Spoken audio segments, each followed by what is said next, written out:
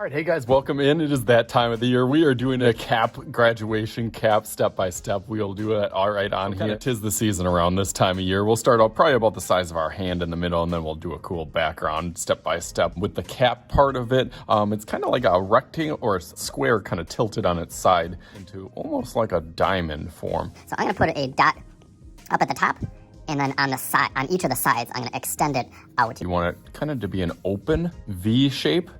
That goes open to this side and then opens up to this side as well. So maybe to each side, you could do a dot on this side and then stretch it out that way.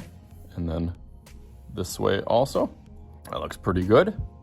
About even. It doesn't have to be perfect. You can use a ruler if you want to, but I'm just trying to start out lightly. Bottom one will come down as well to a dot. We'll start off right about there. And then extend that, the same parallel line that goes over there. You want to extend out this way, and then extend another one out the opposite way, about the same as that side. Okay, that looks great on there. On the top, we're gonna have that tassel moved a little bit up, kind of like a backwards C.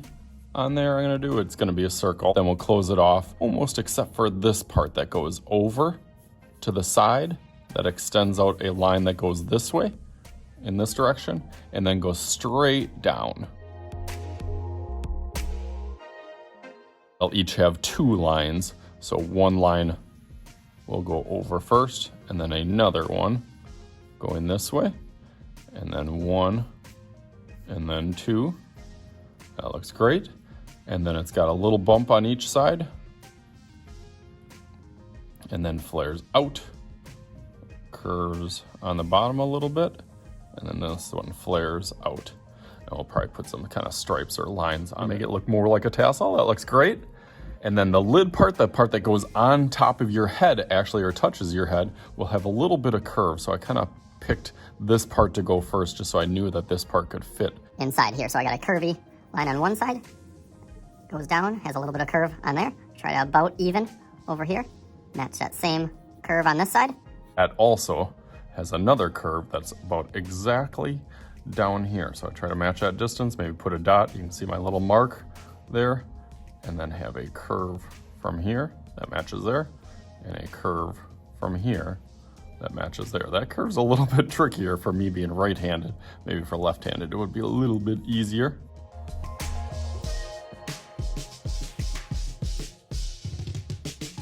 There, that looks nice. I will go over that in Sharpie and still be thinking about what I'm gonna do for my background. Probably having to do whatever class year that this is. Maybe congratulations, maybe some confetti. We'll think up as I go through with Sharpie. Let's go.